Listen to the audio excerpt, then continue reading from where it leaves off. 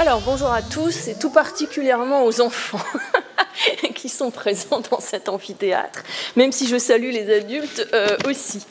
Alors, moi, je vais quitter le Moyen-Âge avec ma première image, parce que je vais prendre une image de science-fiction, une image d'un film qui s'appelle Total Recall, et dont le sous-titre est « Voyage au centre de la mémoire ». Alors, j'ai pris cette image parce que c'est une image banale dans les films de science-fiction, c'est banal aussi dans la bande dessinée.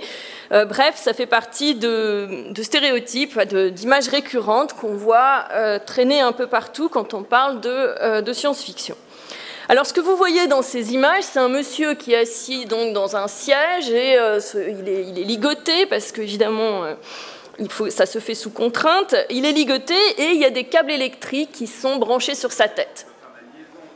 Et les câbles sont branchés et l'idée c'est de montrer que le personnage peut télécharger, c'est l'objet du film, peut télécharger une mémoire qui n'est pas la sienne. Donc on lui rentre dans la tête des souvenirs qui ne sont pas les siens.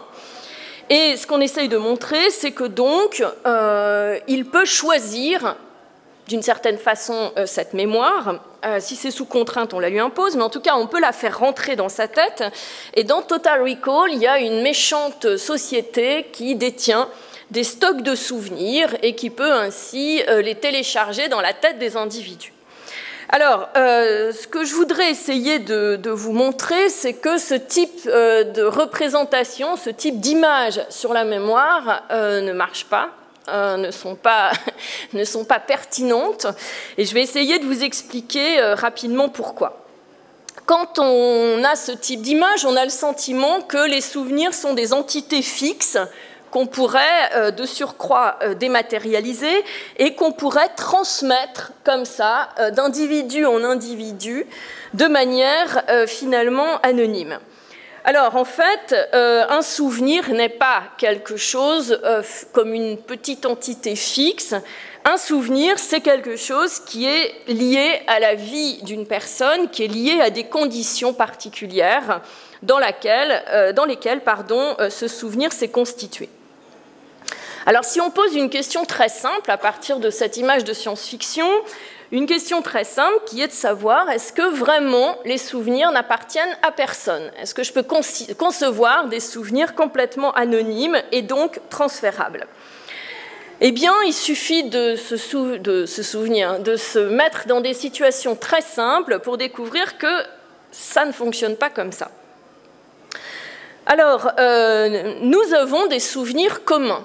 Il y a des souvenirs qui appartiennent, par exemple, à la vie d'une famille. On se souvient de l'anniversaire de...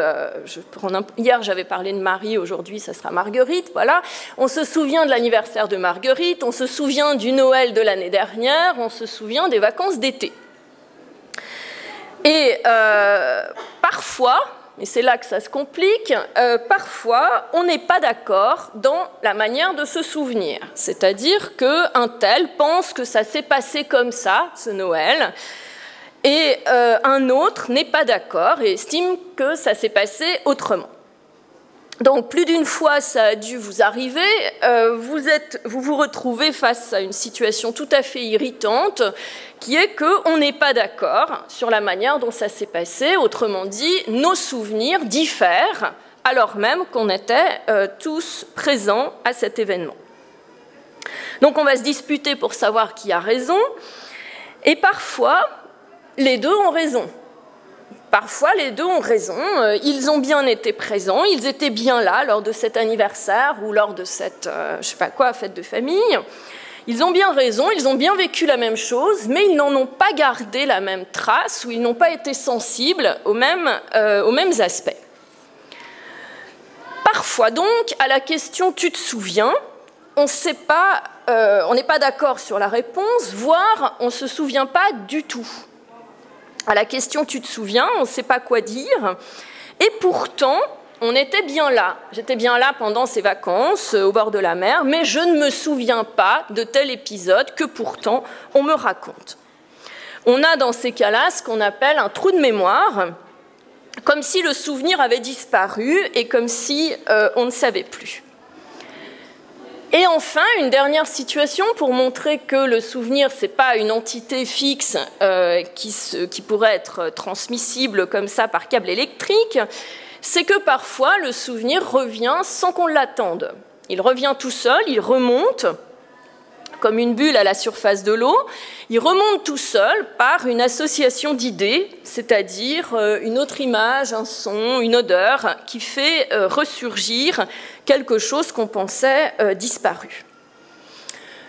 Donc, disais-je, il n'y a pas d'entité fixe qui s'appelle le souvenir et qui soit transmissible grâce à ces câbles électriques. Il faut concevoir, au contraire, la mémoire comme faite de blancs, de trous et de vide d'une certaine façon, et non pas comme une quantité, comme on pourrait mettre des billes dans un sac, comme une quantité de souvenirs qu'il suffirait d'accumuler pour dire, eh bien voilà, c'est la mémoire. Alors, que veut dire perdre la mémoire? Est-ce que ça veut dire que tout d'un coup, tout s'est effacé dans notre tête? Est-ce que ça veut dire que tout d'un coup, ce qui était n'est plus, ou qu'on ne sait pas, ou alors, pardon, deuxième possibilité, est-ce que quand on a un trou de mémoire, ça veut dire qu'on n'arrive pas à se souvenir correctement de quelque chose? Alors j'ai une petite image pour vous montrer ça, c'est cette petite fille qui se demande comment aller chercher dans sa tête un souvenir qu'elle n'arrive pas à réactiver. Alors est-ce que ça fait sens d'imaginer la mémoire comme ça? Eh bien, non, en fait, et je vais vous montrer, je vais faire référence à un texte d'un très célèbre, comme mes collègues me le rappelaient, très célèbre philosophe dans l'histoire de la philosophie, qui est aussi un psychanalyste. Donc, c'est Sigmund Freud qui a écrit en 1925 un texte qui s'appelle « Le bloc magique ». Ce qui m'intéresse dans ce texte, c'est que Freud propose une toute autre image que celle de Total Recall avec les câbles qui sont branchés sur la tête d'un personnage. Freud propose une autre image, c'est celle de l'ardoise magique. Alors, comme aussi nous en discutions à l'instant, est-ce que vous savez exactement, vous, enfants, ce que c'est qu'une ardoise magique? Donc, j'explique très vite le principe. Une ardoise magique, on écrit sur l'écran, là, avec un stylo, et avec les petits boutons blancs, on peut effacer très facilement ce qu'on vient de dessiner.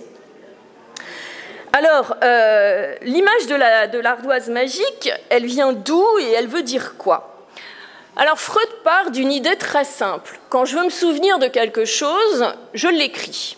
Très souvent, pour que je puisse m'en souvenir, je l'écris et je peux l'écrire, dit-il, sur des surfaces différentes. Donc il réfléchit, il est en train de construire son raisonnement et il conçoit deux manières d'écrire. Je peux écrire sur du papier et puis quand ma page est pleine, je prends une autre feuille, ou alors je peux écrire sur un tableau noir. Et quand j'ai plus besoin de l'information, je l'efface. Ce que vous faites à l'école très régulièrement, ça marche aussi, Freud ne le connaissait pas, avec le tableau blanc et les feutres, mais Freud ne connaît pas encore l'ordinateur. Donc vous oubliez ce type de comparaison en ce qui le concerne. Alors donc, on écrit pour se souvenir et on laisse des traces afin de pouvoir se référer à ces traces quand on ne sait plus trop ce qu'on a à faire ou ce qu'on s'est promis de faire.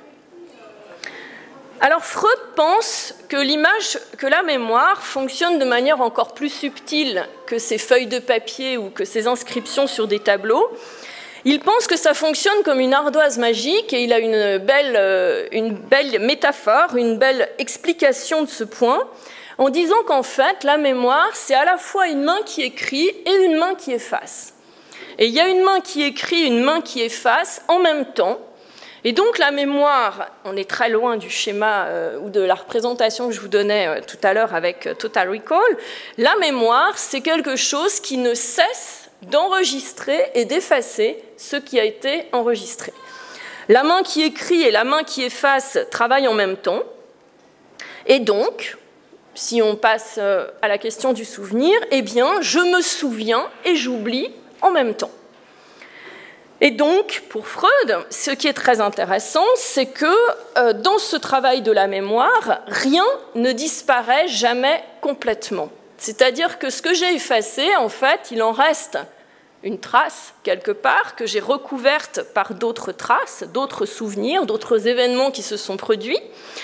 Et donc, Freud pourra nommer, et je ne m'étendrai pas plus sur ce concept qui a plus que fait couler beaucoup d'encre, nomme cela l'inconscient, c'est-à-dire ce que je ne sais plus, ce qui a été, mais que je ne peux pas réactiver. J'ai l'impression en tout cas que ça a été totalement oublié. Et Freud a une idée tout à fait intéressante, c'est qu'en fait, il vaut mieux que la mémoire soit comme une ardoise magique. Il vaut mieux que ça soit comme une ardoise magique parce qu'il est important d'oublier, se souvenir de tout. Et dans l'image de Total Recall, c'est cette idée qu'il y a des stocks de souvenirs qui sont entièrement présents et qu'on pourrait transférer. Eh bien, il vaut mieux savoir oublier, il vaut mieux qu'il y ait des blancs, il vaut mieux qu'il y ait des trous de mémoire parce que ça permet aussi de se protéger du passé, ça permet aussi d'envisager l'avenir avec un peu plus de liberté. Alors en conclusion donc de mon petit propos, j'ai opposé Total Recall à Freud, ce qui n'est pas... je remonte ma magnifique image du début, parce qu'il y a deux versions du film, une avec Schwarzenegger et l'autre récente. Donc j'ai opposé cette image de film à l'ardoise magique pour essayer simplement d'exposer l'idée qu'une mémoire est vivante, une mémoire est jamais fixe, et un souvenir c'est pareil, c'est quelque chose qui ne cesse de se transformer dans le temps. Donc il n'y a pas un stock de souvenirs que je peux comme ça transporter chez quelqu'un d'autre. La mémoire a quelque chose de propre à chacun, et elle ne cesse de se reconfigurer à tous les instants de notre vie. Et comme le dit le bloc magique, enfin comme le précise le texte de Freud, rien ne se perd dans la mémoire, rien ne s'efface au fond, mais tout se transforme. Voilà, je vous remercie de votre attention.